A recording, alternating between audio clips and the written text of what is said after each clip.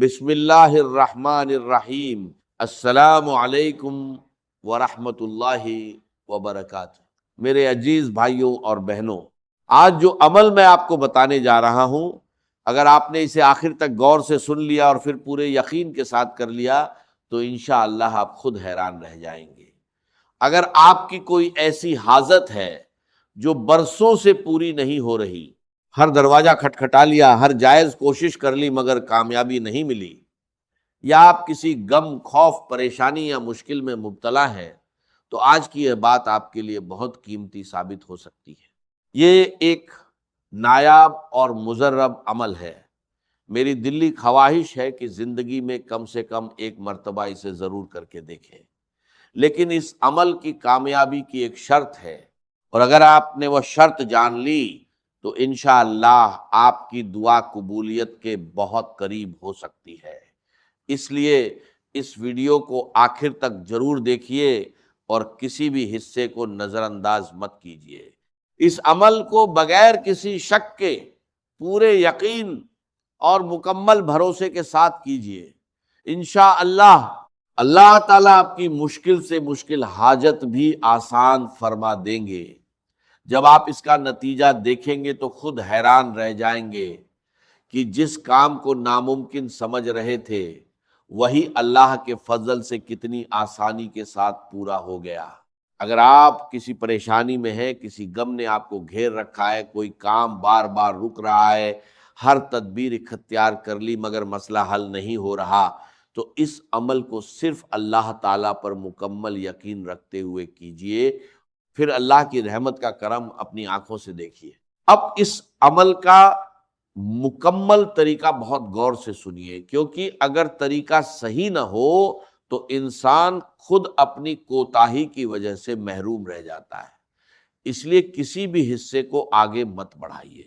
یہ عمل شب جمعہ میں کیا جائے گا، یعنی جمعرات کے دن مغرب کے بعد شروع ہونے والی رات میں۔ بہت سے لوگ اس بات میں غلطی کر جاتے ہیں، اس لیے اسے اچھی طرح سمجھ لیجئے۔ جمعرات کے دن مغرب کے بعد جو رات آتی ہے اسی کو شب جمعہ کہا جاتا ہے۔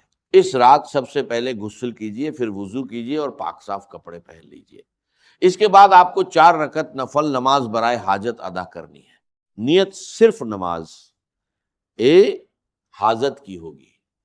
دل میں نیت کر لیجئے کہ میں اللہ تعالیٰ کی رضا کے لیے 4 رکعت نفل نماز برائے حاجت ادا کرتا ہوں۔ میرا رخ کھانا کعبہ کی طرف ہے۔ اللہ اکبر۔ اب پہلی رکعت میں سب سے پہلے سورہ فاتحہ پڑھیے، اس کے بعد کوئی دوسری سورت نہیں ملانی، بلکہ صرف یہ حصہ پڑھنا ہے، توکلت علی اللہ۔ اسی طرح پہلی رکعت مکمل ہوگی۔ دوسری رکعت میں بھی پہلے ایک مرتبہ سورہ فاتحہ پڑھی جائے گی، اس کے بعد پھر یہی۔ اب تیسری رکعت کی طرف آتے ہیں۔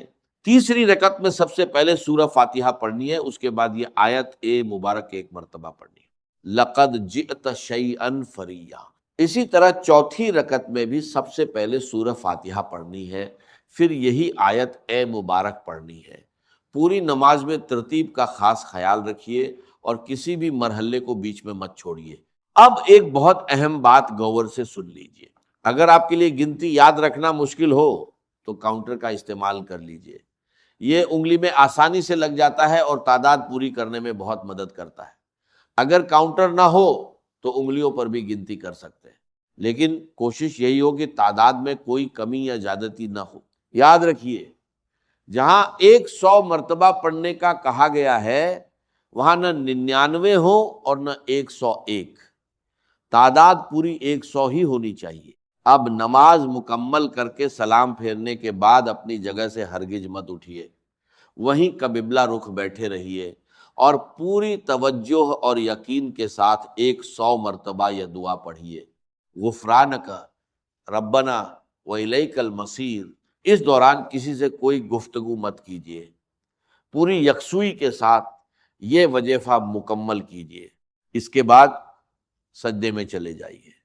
جس طرح نماز میں عام طور پر سجدہ کرتے ہیں بالکل اسی طرح سجدہ کیجیے۔ بہت سے لوگ سجدے میں دعا مانگتے وقت ہاتھ اٹھا لیتے ہیں، لیکن یہاں ایسا نہیں کرنا ہے۔ سجدے کی حالت میں 200 مرتبہ یہ استغفار پڑھنا ہے، استغفر اللہ واتوب الیہ۔ پورے اطمینان، عاجزی اور مکمل یقین کے ساتھ 200 مرتبہ یہ استغفار پورا کیجئے۔ اس کے بعد اللہ تعالیٰ کے سامنے اپنے دل کی حاجت پیش کیجئے اور اسی یقین کے ساتھ دعا مانگیے کہ اللہ تعالیٰ آپ کی دعا ضرور قبول فرمائیں گے۔ اب اس عمل کی سب سے اہم بات غور سے سن لیجئے۔ انشاءاللہ ابھی آپ سجدے سے سر بھی نہیں اٹھائیں گے کہ اللہ تعالیٰ آپ کی حاجت پوری فرما دیں گے۔ یہ ایک انتہائی مجرب، آزمودہ اور بے حد بابرکت عمل ہے۔ جب آپ اسے پورے یقین اور اخلاص کے ساتھ کریں گے تب آپ کو خود محسوس ہوگا کہ اللہ تعالیٰ نے اس عمل میں کتنی عظیم برکتیں رکھی ہیں۔ میری دلی خواہش ہے کہ زندگی میں کم از کم ایک بار آپ یہ عمل ضرور کریں، لیکن ایک بات ہمیشہ یاد رکھیے، اس عمل کو آزمانے کی نیت سے ہرگز مت کیجیے، بلکہ پورے یقین کے ساتھ اللہ تعالیٰ سے دعا کیجیے، یا اللہ اس عمل کی برکت سے میری جائز حاجت پوری فرما دے۔ اگر دل میں صرف آزمانے کی نیت ہوگی تو اس عمل کا مقصد حاصل نہیں ہوگا۔ اس لیے یہ عمل وہی شخص کرے جو واقعی حاجت مند، مجبور اور اللہ تعالیٰ سے سچی امید رکھنے والا ہو۔ میں دل سے دعا کرتا ہوں کہ جو بھی مجبور، پریشان اور حاجت مند انسان یہ عمل کرے، اللہ تعالیٰ اپنے خاص فضل و کرم سے اس کی تمام جائز حاجتیں پوری فرما دے، اس کی پریشانیاں دور فرما دے، اس کی مرادیں اور تمنائیں پوری فرما دے، اور اگر کوئی بیماری میں مبتلا ہو تو اللہ تعالیٰ اسے مکمل شفا عطا فرمائے، آمین۔ یہ عمل آپ اپنے لیے بھی کر سکتے ہیں اور کسی دوسرے کی جائز حاجت کے لیے بھی کر سکتے ہیں۔ اگر آپ کو لگتا ہے کہ یہ عمل کسی مجبور اور پریشان انسان کے کام آ سکتا ہے تو اس ویڈیو کو زیادہ سے زیادہ شیئر کیجیے تاکہ اللہ تعالیٰ کی یہ خیر زیادہ سے زیادہ لوگوں تک پہنچ سکے۔